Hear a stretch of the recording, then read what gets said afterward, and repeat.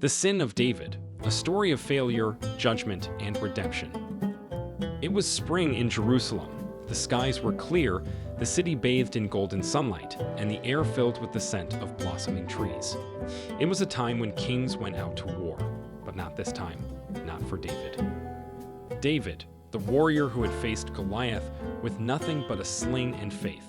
The shepherd turned king who had danced before the Ark of the Covenant, whose hands wrote psalms that reached heaven. David stayed behind. He remained in his palace, far from the battlefield. A choice that on the surface seemed harmless, even understandable. But it would become the seed of a storm, one that would shake the very foundations of his house and legacy. One quiet afternoon, as the sun began to set over the rooftops of Jerusalem, David rose from his bed and walked out onto the roof of the royal palace. From there, he could see the city he ruled, the clustered houses, the smoke rising from hearths, and beyond, the distant hills of Judah. And then he saw her. A woman bathing. Her beauty was undeniable, radiant, even from afar. David should have turned away. He could have walked back inside, but something in him hesitated just for a moment, and in that moment, desire took root. She was Bathsheba, the wife of Uriah the Hittite, not a stranger, not a common citizen. Uriah was one of David's own mighty men, a loyal soldier fighting the very war David had abandoned. David knew who she was, and yet he summoned her.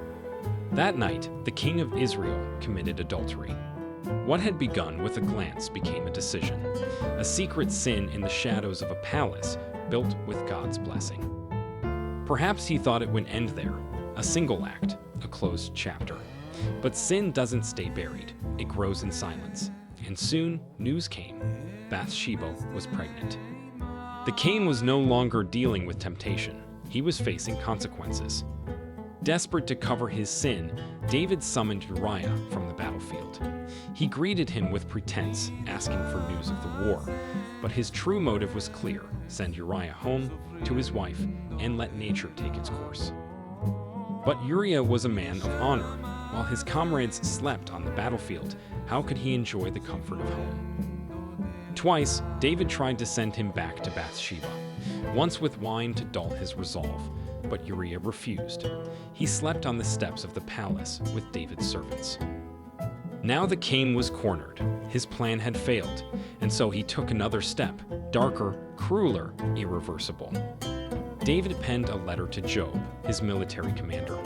In it, a command: place Uriah at the front of the fiercest battle, then withdraw support, leaving him exposed. And the letter, sealed with the king's own hand, was delivered by none other than Uriah himself. The plan succeeded. Uriah fell in battle, not by the enemy's sword, but by the treachery of the one he served. Bathsheba mourned.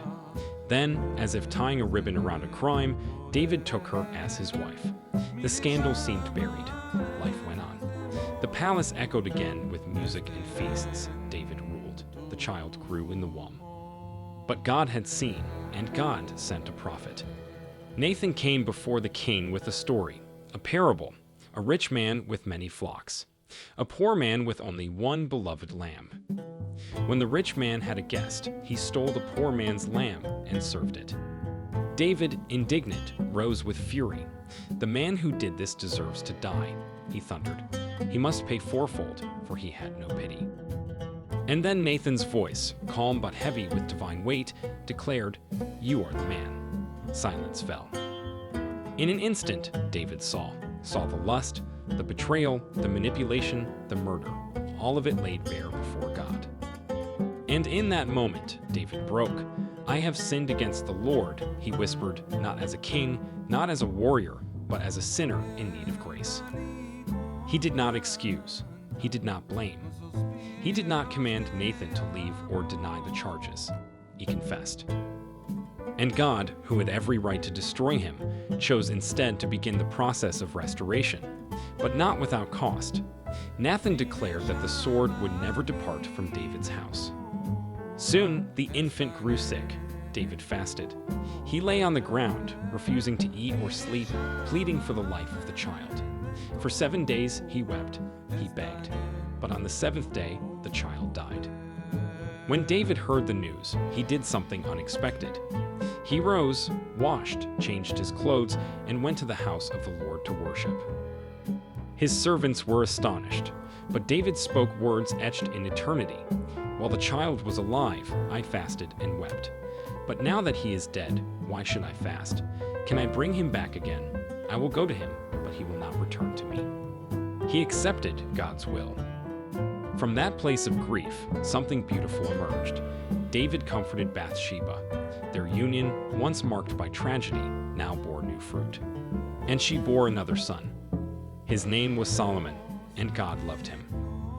So much so that he sent Nathan again, not with judgment, but with blessing. The child was to be called Jedediah, beloved of the Lord.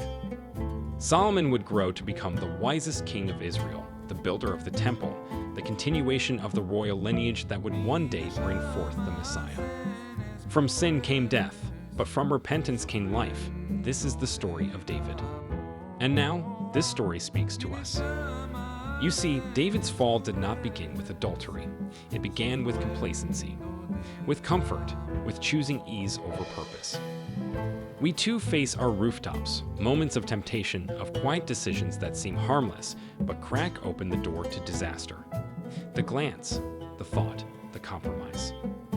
David's story teaches us that unchecked sin multiplies. It leads us further than we intended to go and costs more than we ever thought we'd pay. But it also teaches us the power of repentance. When David wrote Psalm 51, he wasn't writing poetry. He was writing from the ashes of his own ruin. Create in me a clean heart, O God, and renew a right spirit within me. Those words were not crafted by a perfect man, but by a broken one who dared to believe that God could restore even him. And God did. So, what does this mean for you? It means that no matter how far you've fallen, how deep the guilt, how impossible the restoration may seem, God is able. If you confess, He is faithful. If you return, He will receive you. If you surrender, He will rebuild. David's life did not end in disgrace. It ended in legacy. He was still called a man after God's own heart, not because he never failed, but because he always returned. So let his story remind you that failure is never the end with God. Let it warn you to guard your heart, especially in times of ease. Let it inspire you to run to God, not away from Him, when you fall. Because there is mercy, there is grace, and there is always a way back. If this message stirred something within you, I invite you to respond not just with words, but with your heart. Seek God while He may be found. Let Psalm 51 become your prayer, and may the God who restored David restore you. Thank you for watching. If you believe this message can help someone else, please share it. And if you want to continue learning more about the truths that transform, subscribe to this channel and click the bell for future content. Until next time, may the grace of God keep you, restore you, and guide your every step.